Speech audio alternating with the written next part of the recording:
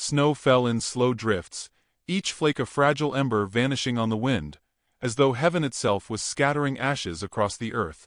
The road into town had emptied long before nightfall, and only the groan of a swaying signpost and the low hiss of snow against timber remained. Down that lonely street, under the glow of a crooked lantern, a girl pressed her palms to her skirts to keep them from trembling. Her hair, white as frost itself, spilled from beneath her bonnet, catching what little light remained. She was 21 years by birth, but her face carried the fragile exhaustion of someone who had lived many winters in a single year. Her boots were torn, her hands raw, yet there was a steadiness in the way she drew her breath. Eliza Whitmore had learned shame early, and how to wear it like a garment stitched by cruel tongues.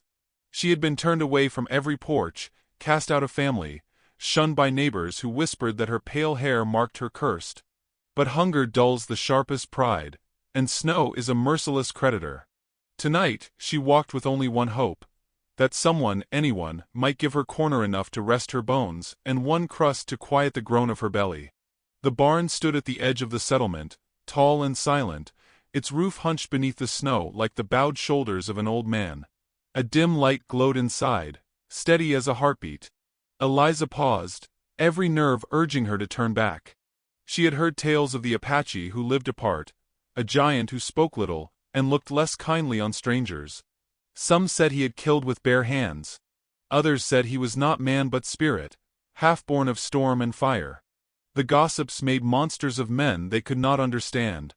But hunger drives courage where pride would not, and Eliza lifted her hand, striking the barn door with her knuckles. The sound was swallowed by the storm. The door opened not with a creak but a sudden weight, as if the storm itself had given way. A figure filled the frame. He stood shirtless beneath a rough wool coat thrown open, the firelight from within gilding the corded muscle of his chest.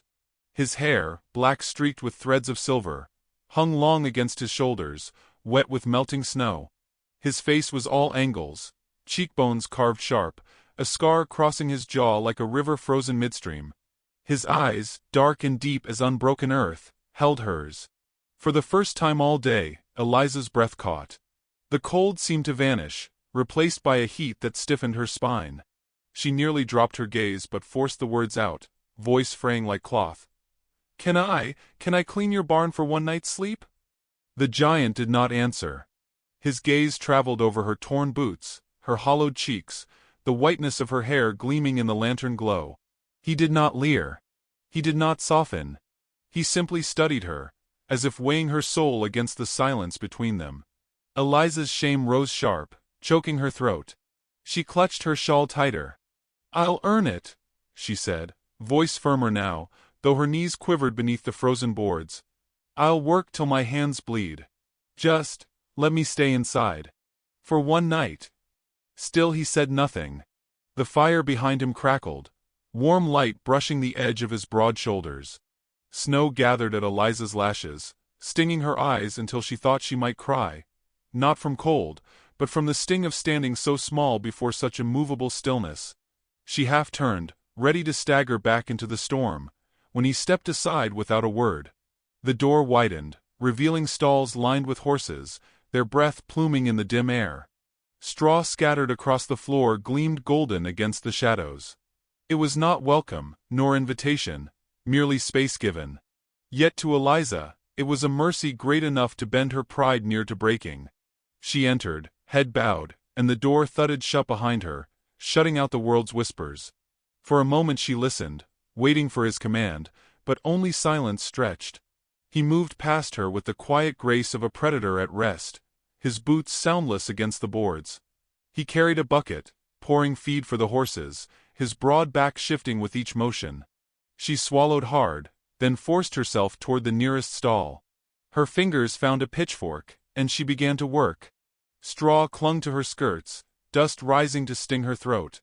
Her hands, already cracked, split open against the rough handle, but she pressed on. Shovel by shovel, she cleared the bedding, her breath turning ragged clouds in the chill. She could feel his gaze on her at times, silent, unjudging, but she dared not look up. When her arms trembled too much to lift another forkful, she paused. On the wooden ledge near her rested a clay bowl, steam curling upward, carrying the rich scent of stew. Her stomach twisted at once, shame and hunger warring.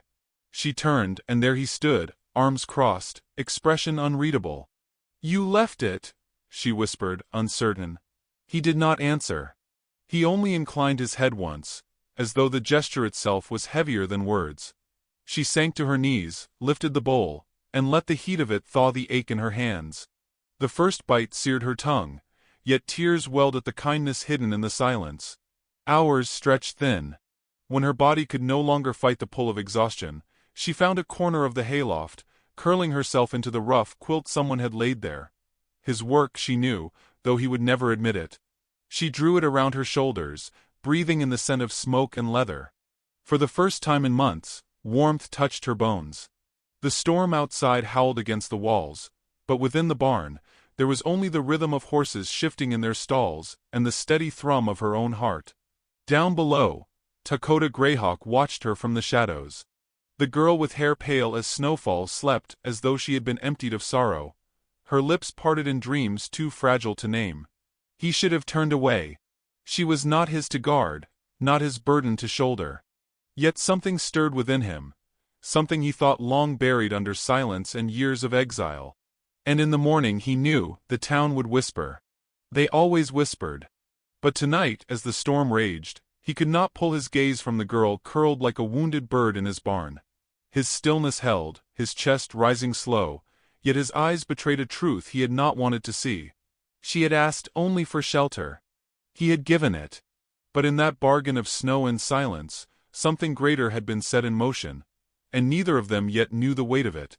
The morning came muted, as if the world itself feared to disturb the fragile hush left by the night storm. Pale light crept through the gaps in the barn's planks, striping the hay with ribbons of gold and shadow. Eliza stirred in her quilt, her body stiff from sleep, but her chest eased by warmth she had not known in months. For a moment she forgot the shame of her begging, forgot the eyes of the man who had given her shelter without a single word. She allowed herself the dangerous luxury of feeling safe. Then the sounds returned. The shifting of horses, the low scrape of a boot, the breath of a man who moved with quiet weight. She opened her eyes, and there he was. Dakota Greyhawk, the giant of the settlement, stood near the stalls, running a hand down the flank of a mare. His broad shoulders caught the light, each movement deliberate, unhurried, as though time obeyed him alone. He had not woken her. He had not tried to. Yet his presence filled the barn like a second fire. Eliza pulled the quilt tighter around herself. Shame prickled hot along her skin. Shame for sleeping so soundly in another's mercy. Shame for eating food that was not hers. Shame for being seen as weak. She rose quickly, brushing hay from her dress, and sought a task to justify her being there. Her hands found the brush left by the stall, and she bent to clean the straw she had not finished the night before. Dakota turned his gaze toward her, but only for a breath. His silence was neither approval nor dismissal. It was something heavier, something that made her cheeks warm. She could not tell whether he judged her, or if he simply saw more than he should. The day stretched in small labors. She fed the chickens, her fingers clumsy with the cold. She hauled water until her shoulders ached. With each task she took upon herself, she felt less like a beggar, and more like someone earning her keep. Yet every motion was shadowed by his silence. He spoke no word, asked no question. When she faltered, he wordlessly set the bucket straight or steadied the shovel. When her hands split open and bled against the wood, he left a strip of cloth folded on the ledge. By the time the sun broke weakly through the storm clouds, her stomach growled with a hunger she could not hide. She turned from the horses, her face flushed, and there, again, stood food waiting. Bread torn from a larger loaf, a piece of cheese, a cup of broth. He did not sit across from her. He did not offer with words. He simply set it there and returned to his work, as though it was no more remarkable than putting grain in a trough. Eliza hesitated, her pride urging her to resist. Yet her hands betrayed her, reaching, trembling, clutching the bread like it might vanish. She ate quickly at first, then slowed, ashamed of her desperation. She whispered, not daring to lift her eyes, "Thank you." From the shadows came no answer, only the faintest dip of his head. The barn was a world apart, yet whispers seeped in from the town like drafts through the cracks. When Eliza ventured to the well that afternoon, Martha Kincaid's voice carried sharp over the snow. "Mark my words, the white-haired girl has thrown herself into that savage's den. She'll come out ruined, if she comes out at all." Others chuckled, some with malice, some with pity. Eliza kept her head low, clutching the bucket until her knuckles whitened. She did not defend herself. She did not dare. When she returned, cheeks burning from more than the wind, Dakota was mending a bridle. He looked up, saw the strain in her shoulders, but asked nothing. She longed to tell him, to spill the poison of the words she had carried back. But how could she? He lived beneath those whispers every day, carrying them like chains. What weight would hers add? Instead, she bent again to her work. Yet the memory of the gossip gnawed at her, until finally she spoke. "They think I'm less than decent," she murmured, her back turned to him. Her voice cracked like thin ice. "Because I came here. Because you let me stay." The silence that followed was long, unbearable. She half expected him to cast her out, to be rid of trouble he had not asked for. At last his voice came, low and rough, like stone sliding against stone. "Their words are lighter than snow. They fall, and vanish." The simplicity of it broke her. She bit her lip hard, tears stinging her eyes though she did not let them fall. She wanted to believe him, wanted to trust that words could vanish. But she had carried cruel words her whole life. They had not melted, they had frozen into her bones. That night, she returned to the loft, body sore, spirit heavier than she wished. Yet when she lay down, she found the quilt once more waiting, folded with care. She clutched it close, pressing her face into the worn fabric. Below, she heard him move about the barn, slow, steady, patient as the tide. And she wondered if silence, in its own way, was the greatest kindness. As the fire dimmed and the snow began again against the roof, she let sleep take her. Dreams came, strange, soft dreams in which she was not cursed, not unwanted, not starving, but simply seen. And far below, in the hush of the barn, Dakota's gaze lifted to the loft once more. He did not move, did not speak, but his eyes betrayed a flicker of something unguarded, something dangerous to the walls he had built. He had given her food, shelter, a quilt. Small things, gestures no one else would notice.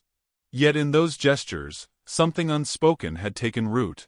The storm outside gathered strength again, wind rattling the shutters, snow pressing heavy against the world. The gossip would grow louder, Eliza knew.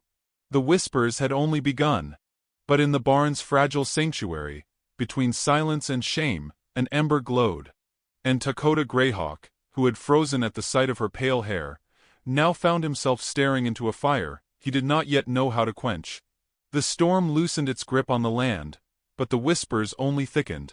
Snow melted into mud along the main street, and the town emerged from shuttered homes like crows circling a carcass. Eliza felt their eyes long before she saw their faces. She carried a bucket to the well, shawl pulled tight, but her white hair could not be hidden. It glimmered in the weak daylight, a banner that drew stares like flies. Martha Kincaid stood by the mercantile, her arms folded like sharpened wings. "There she goes," she said, not lowering her voice. "Straight from his barn, bold as brass." Others gathered. The baker's wife, 2 ranch hands, even children tugging at their mother's skirts. Words stung sharper than the wind. Cursed, shameless, savage's whore. Eliza lowered her eyes, gripping the bucket until her fingers cramped. She wanted to run, but running would only confirm what they already believed. Dakota's shadow fell over the crowd before Eliza knew he had followed her. He towered there, silent, the weight of his presence parting the murmurs into uneasy hush. He took the bucket from her trembling hands as if it were nothing and filled it himself, drawing the rope with steady pulls. His eyes never left the rope, but his silence was louder than any threat. When the water brimmed, he set it gently at her feet, and turned back toward the barn without a single word. The whispers resumed as soon as he was gone, more venomous for having been interrupted. Eliza lifted the bucket, her arms trembling under the weight, and walked the long road back, her cheeks burning. Behind her, laughter followed, thin and cruel as breaking glass. That night she could not sleep. She turned beneath the quilt, the barn creaking around her, and stared through the cracks at the stars. She wondered if Dakota heard them too, the voices that clung like burrs, cutting deeper the more you tried to brush them off. At last she whispered into the darkness, though he was not near enough to hear. "Why do you let them say it? Why do you not fight?" But he did hear. From below, his voice rose low and steady. "I have fought before. It only makes their tongues sharper." The words chilled her more than the cold ever had. She imagined the scars she could not see, the battles carried in his silence.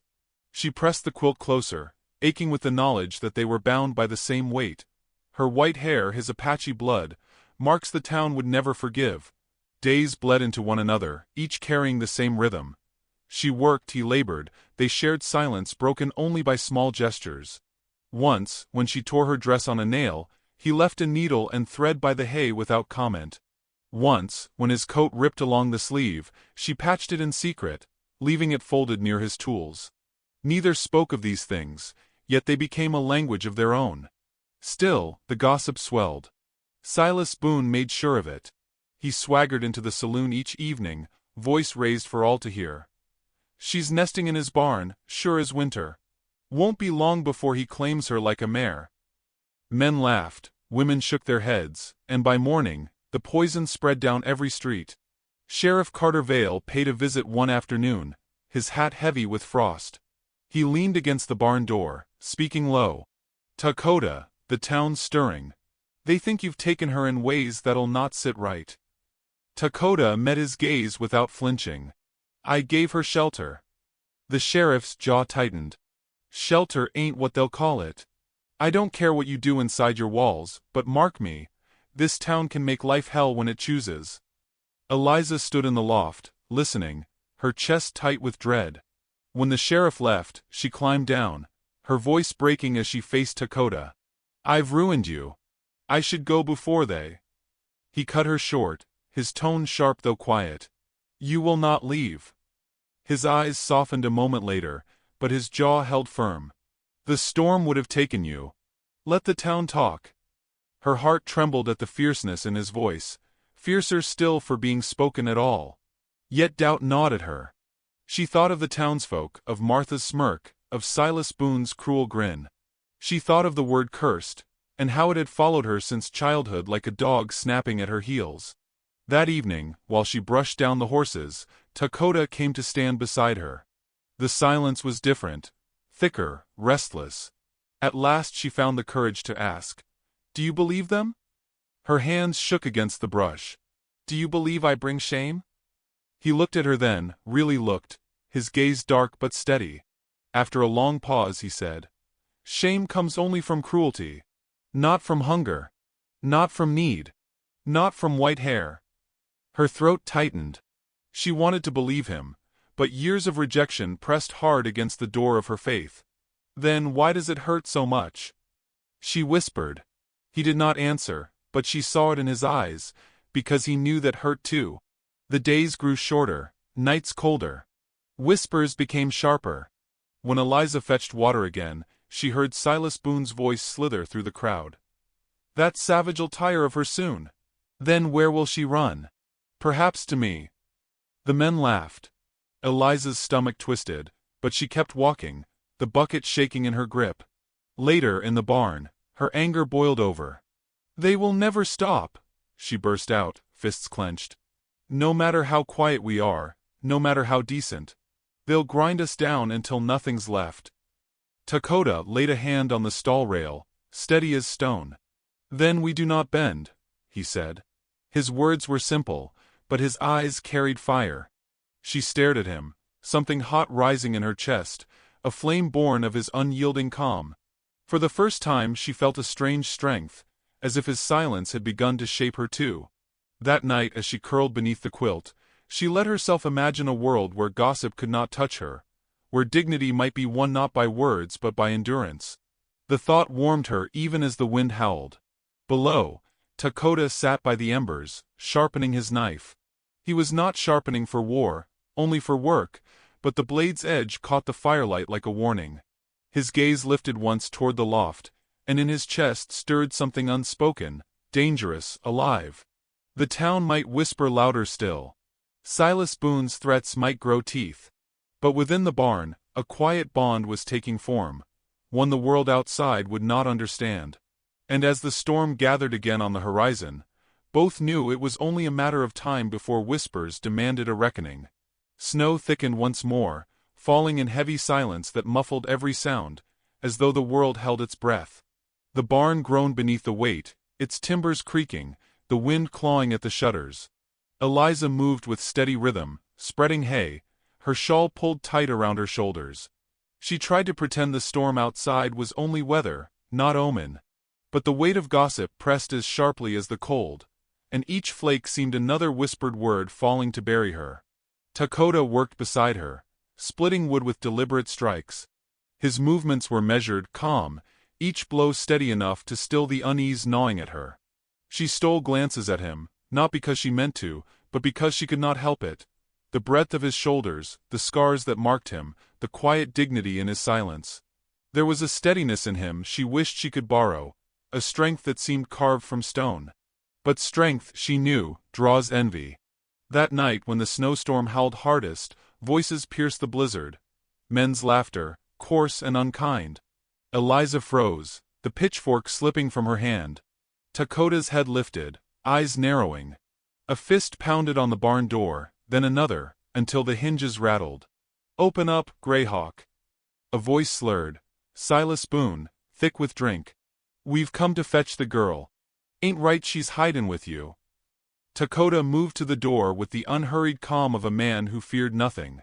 He opened it wide enough for the storm to sweep in, snow gusting against his bare chest. Silas stood there with two men at his back, their faces flushed with whiskey, their eyes mean with cruelty. Silas's grin split wide. "Well, look at that. Thought the stories were lies. You do keep her." His gaze shifted to Eliza, lingering with mockery. "Poor little dove. Best come with me now, before you're ruined for good." Eliza's stomach knotted. She wanted to hide, yet pride held her frozen in place. Dakota said nothing. His silence weighed heavier than any shouted threat. One of the men stepped forward, spitting into the snow. "Ain't natural her hair. Ain't natural you keepin' her." He reached toward the doorframe, as though testing the threshold of Dakota's restraint. Still Dakota did not move. His eyes locked on Silas, dark and steady. "Go." The single word, low and rough, seemed to vibrate through the storm itself. Silas laughed, too loud, too desperate.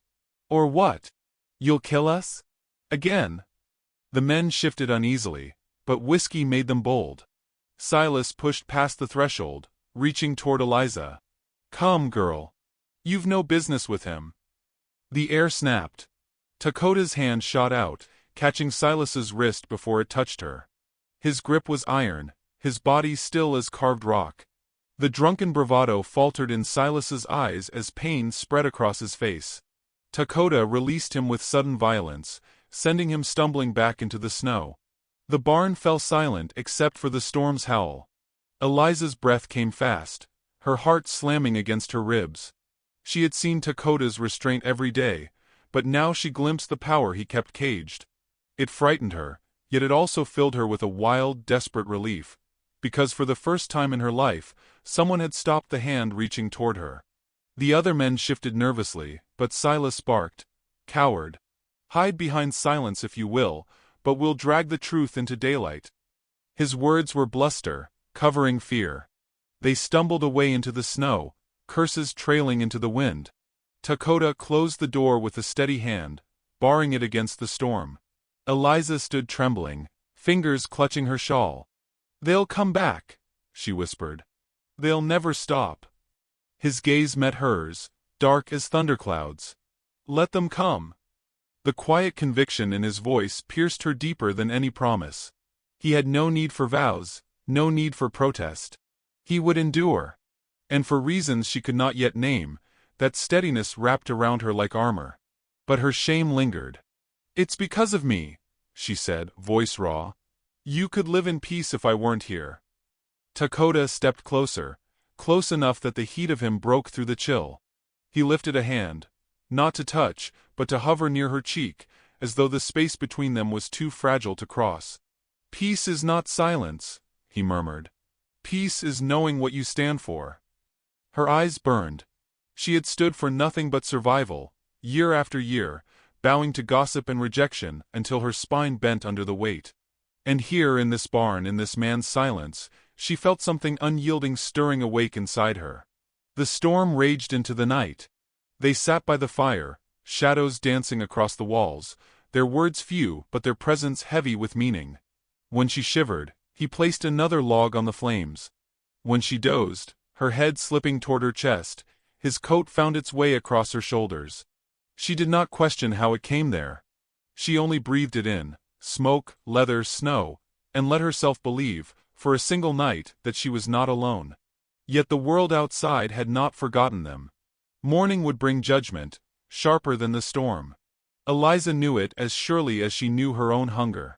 She lay awake in the loft, heart pounding with fear and something more dangerous, hope. Below, Dakota sat sharpening his blade, not in anger but in ritual. The scrape of steel on stone echoed steady as a drumbeat. His gaze lifted once, catching the faint glow of her pale hair above, and his chest rose with a breath that trembled against his will. Eliza pressed her hand to her heart, whispering words meant only for herself. "They don't know you." And in the silence that followed, Dakota froze, not from fear, but from the sharp, sudden ache of hearing aloud what no one had ever said to him. The storm broke with the pale hush of dawn, leaving the world wrapped in a fragile stillness. Snow lay heavy upon rooftops and fences, glistening like crushed glass beneath the rising sun. Eliza stepped from the barn, shawl drawn close, her boots sinking into drifts that reached her knees. The air was sharp, biting at her skin, but she barely felt it. Her thoughts churned with the memory of Silas Boone's hand reaching, the strength of Dakota's grip stopping it, and the fire she had glimpsed in his eyes. That memory clung to her more than the cold. The town stirred awake as she crossed the square. Faces appeared behind frosted windows, whispers rising like smoke. Martha Kincaid's voice cut sharp through the silence. "There she is, bold as you please." A curse walking at his side. Others muttered in agreement, their gazes piercing as needles. Eliza kept walking, head high, though her cheeks burned. Every step felt heavier, as though each whisper pressed another stone upon her shoulders. Dakota walked with her, his stride steady, unhurried. He did not touch her, did not shield her with his arm, but his presence towered over the street. The townsfolk parted before him without command, their voices softening to murmurs. Yet the venom did not fade. From the steps of the saloon, Silas Boone leaned against the post, smirk carved deep into his face. "What a sight," he drawled. "The savage and his snow-haired bride. Fitting, I suppose. Both outcasts, both cursed." His words slithered into the air, cruel and deliberate. Eliza halted, her breath catching. All eyes turned to her. She had borne whispers her whole life, had bent beneath them, had hidden. But something had changed in the barn, something that refused to let her cower again. Her hands shook, but she lifted her chin. Her voice came steady, clear enough to carry over the square. "This man gave me shelter when none of you would. He gave me warmth when you gave me shame." The crowd shifted, unease spreading. Silas's smirk faltered, but he forced a laugh, waving her off. "Words from a girl ruined. Don't fool yourself into thinking they matter." Eliza's gaze held his, her eyes bright as fire in snow. "They matter because they are true. And truth weighs heavier than gossip." Her voice did not tremble, though her knees threatened to give way beneath her skirt. For the first time, the murmurs in the crowd turned inward, uncertain. Dakota's eyes never left her. He stood silent, but his stillness was not absence. It was reverence, as though her words had given voice to something he had carried in silence all his life. For once, the weight he bore alone seemed shared. Silas cursed under his breath, his face reddening. He stepped forward, but Sheriff Carter Vale's hand landed firm on his shoulder. "That's enough," the sheriff said, his voice low but final. "The law won't stand by for you to stir trouble." Silas jerked away, muttering, but the fight drained from him under the sheriff's gaze. He spat in the snow and slunk back into the saloon. The square remained hushed. No one spoke, but no one laughed either. The townsfolk drifted away, their judgment quieter now, unsettled. The whispers had not vanished, but they had lost their teeth. Eliza exhaled, the tension leaving her shoulders in a rush. Her body trembled with both fear and a strange, fierce pride. She turned to Dakota, unsure what she would see: anger, weariness, regret. Instead she found his eyes fixed on her with a depth that shook her more than any words could. He did not smile, but the silence between them shifted, softened. In it, she felt belonging, fragile, new but real. They walked back toward the barn, the sun climbing higher, melting icicles that dripped like silver threads. Inside, the air still held the warmth of the fire. Eliza sank onto the hay, her breath uneven, her body drained from the strain of standing before them all. Dakota crouched nearby, his massive frame folding into stillness. For a long moment neither spoke. At last she whispered, "I thought I would always bend to them, that I would always be small beneath their words." She looked down at her hands, raw and blistered. "But today I stood." Dakota's gaze lingered on her, heavy as stone yet gentle as snow. "Because you are not small," he said. The words were few, but they struck deep, filling the hollow places she had carried for years. Her throat tightened. She wanted to thank him, to tell him that his silence had steadied her more than any speech ever could. But words tangled in her chest. Instead, she reached out, laying her hand against his scarred forearm. Her touch was light, hesitant, but it carried the truth she could not yet say. His breath caught, almost imperceptibly, and for a moment his stillness cracked. His hand turned, rough palm brushing the back of hers, a gesture so small it might have gone unseen by anyone else. But to Eliza it was thunder, it was storm breaking, it was the dawn itself. The storm outside had ended, but another storm waited, one not made of snow but of choices. The town would still whisper, still judge, still find ways to wound. Yet in the fragile quiet of the barn, Eliza felt something unshakable growing: dignity, belonging, and the slow burn of a bond neither of them had chosen, yet both of them had found. She lifted her eyes to his, and for the first time she did not feel cursed. She felt seen. And Dakota Greyhawk, who had lived years in silence, let her see in his gaze the truth he would not yet speak: that she had become the ember in his long winter, the flame he could no longer deny. The fire in the hearth cracked, the horses shifted, and the wind outside softened into silence. Eliza knew nothing had ended. Everything had only begun.